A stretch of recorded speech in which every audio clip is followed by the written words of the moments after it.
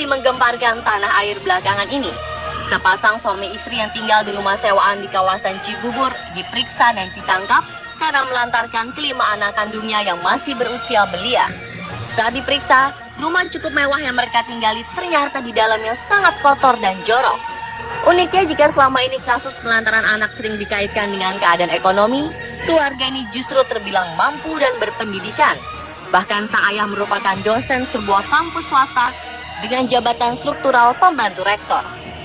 Belakangan diketahui jika pasangan orang tua ini ternyata positif menggunakan narkoba. Selain kasus penelantaran 5 anak di Cibubur, ada lagi anak-anak lain yang menjadi korban. Tak hanya ditelantarkan, mereka bahkan mengalami kekerasan fisik dan psikis dari orang tuanya. Berikut, On The Spot merangkumnya dalam 7 kisah anak yang ditelantarkan.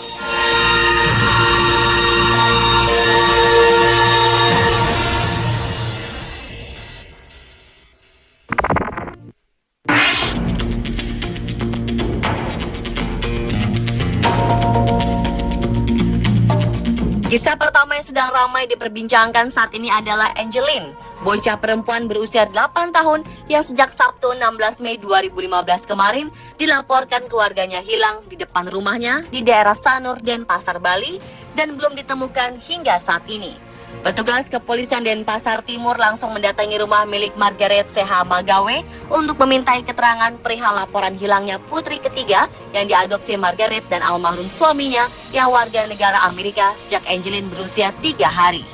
Sempat muncul kabar Angeline kerap dimarahi orang tua angkatnya, namun pihak keluarga membantah jika bocah kelas 2 sekolah dasar tersebut kabur dari rumah karena masalah keluarga.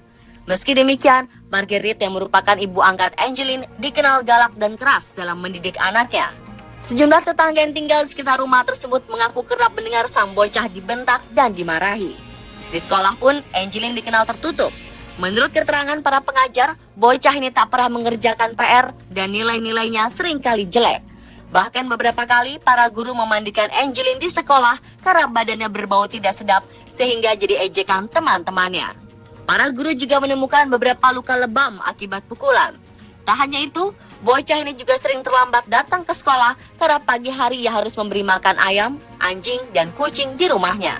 Komnas Perlindungan Anak yang telah mendatangi rumah tempat Angeline tinggal menyimpulkan rumah yang sekaligus tempat peternakan ayam itu tak layak untuk menjadi tempat tinggal. Namun Margaret tersinggung dan marah atas penilaian itu. Ia dan keluarga pun bersikap semakin tertutup.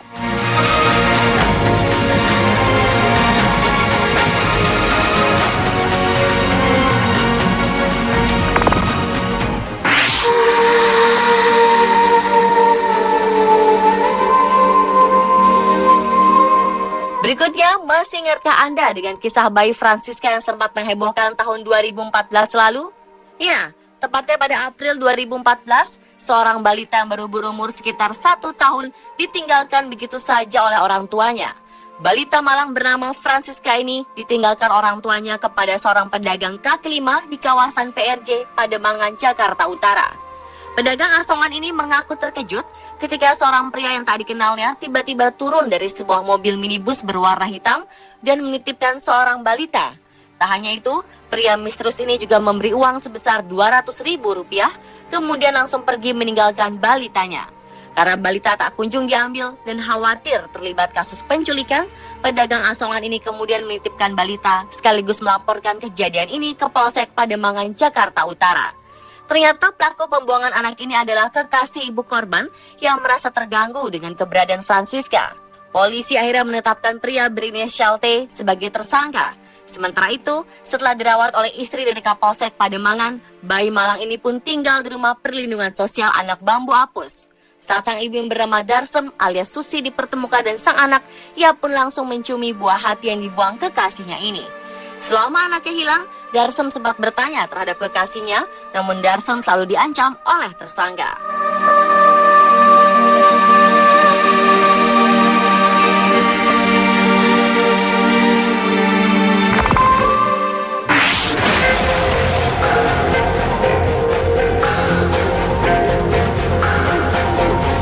Selanjutnya, akibat tak mampu bayar hutang ke kerabat sebesar Rp400.000, seorang pria dan 4 anak yang masih kecil diusir istrinya sendiri.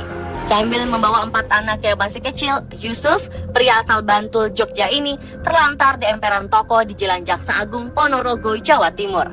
Anak perempuannya bernama Reto, berusia 7 tahun, bahkan kerap menderita kejang-kejang.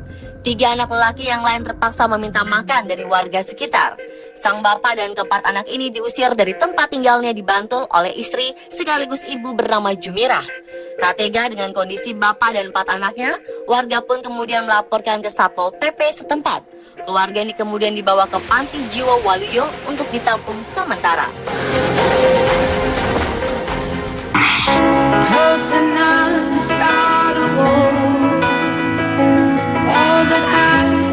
Tak hanya di Indonesia, kisah anak yang ditelantarkan juga terjadi di negara lain. Salah satunya di Abilene, Texas, Amerika Serikat. Pada tahun 2012 lalu, seorang ibu bernama Tiffany Klepecki dinyatakan bersalah setelah ia melantarkan bayinya bernama Tamrin Klepecki yang masih berusia 22 bulan hingga meninggal.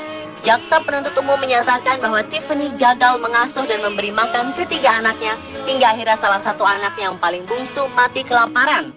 Bayi perempuan malang bernama Tamrin ini ditinggalkan begitu saja di kamar selama 4 hari tanpa diberi makan sebelum akhirnya ditemukan ibunya sendiri sudah tak bernyawa. Tiffany mengaku jika dirinya stres setelah bercerai dengan suaminya yang merupakan anggota Angkatan Udara Amerika Serikat dan harus mengurus ketiga anaknya sendirian. Selama proses hukum berlangsung, wanita 23 tahun ini juga menjalani berbagai proses pemeriksaan kejiwaan.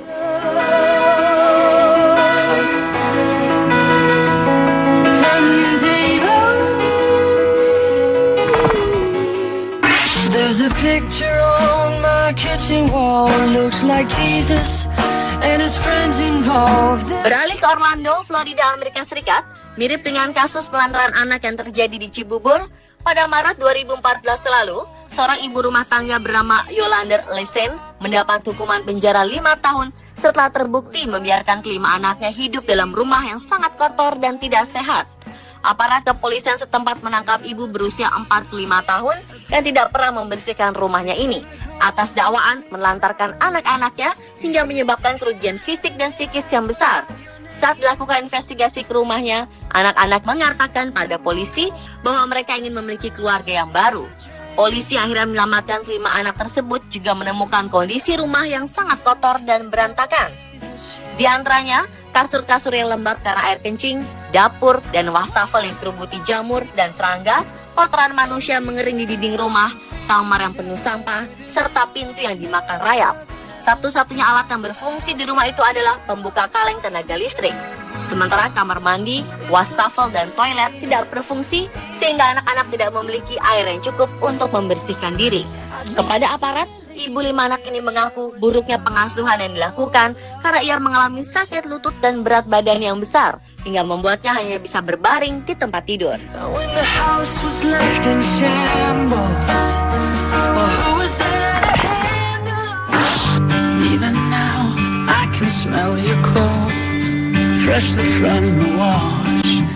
Kemudian ada kisah memilukan yang dialami seorang bayi di Jepang bernama Nio. Entah apa yang ada dalam pikiran Yumiko Takahashi, sang ibu, ketika meninggalkan anaknya untuk chatting online. Padahal wanita Jepang berusia 29 tahun ini telah mengetahui bahwa Nio anaknya sedang demam tinggi. Alih-alih segera memeriksakan Nio yang berusia 19 bulan ke dokter, wanita ini malah meninggalkan anaknya untuk chatting di internet. Berdasarkan keterangan yang didapat Japan Today 30 Juni 2012 lalu, pemeriksaan menunjukkan bahwa Nio telah meninggal pukul 2 malam pada tanggal 26 Juni 2012. Sementara ibunya baru mengetahui kematian bayinya pada tanggal 27 Juni keesokan harinya. Nio adalah anak kedua Yumiko. Sebelumnya Yumiko juga pernah kehilangan anak pertamanya karena terjatuh dari balkon apartemen. Saat itu Yumiko mengaku bahwa dia sedang sibuk chatting online di depan komputernya untuk mencari hiburan karena ia merasa jika membesarkan anak adalah hal yang menyusahkan baginya. Yumiko Takashi pun akhirnya ditangkap karena dakwaan penelantaran anak hingga menyebabkan kematian.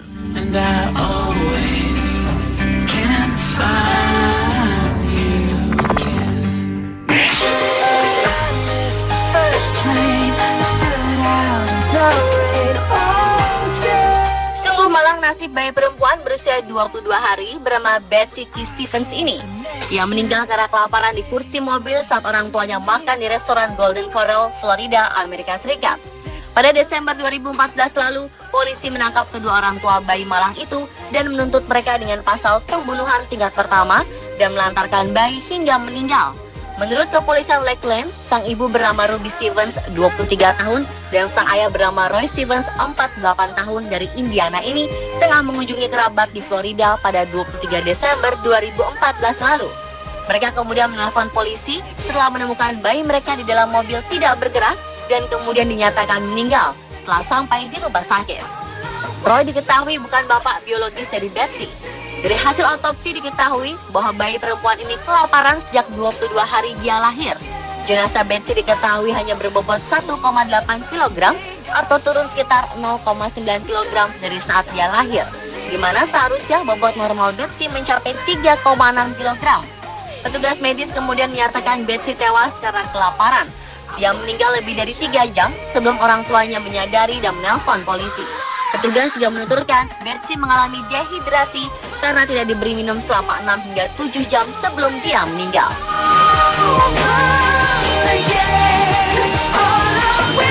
Dan pemirsa, itulah 7 kisah anak yang ditelantarkan versi On The Spot.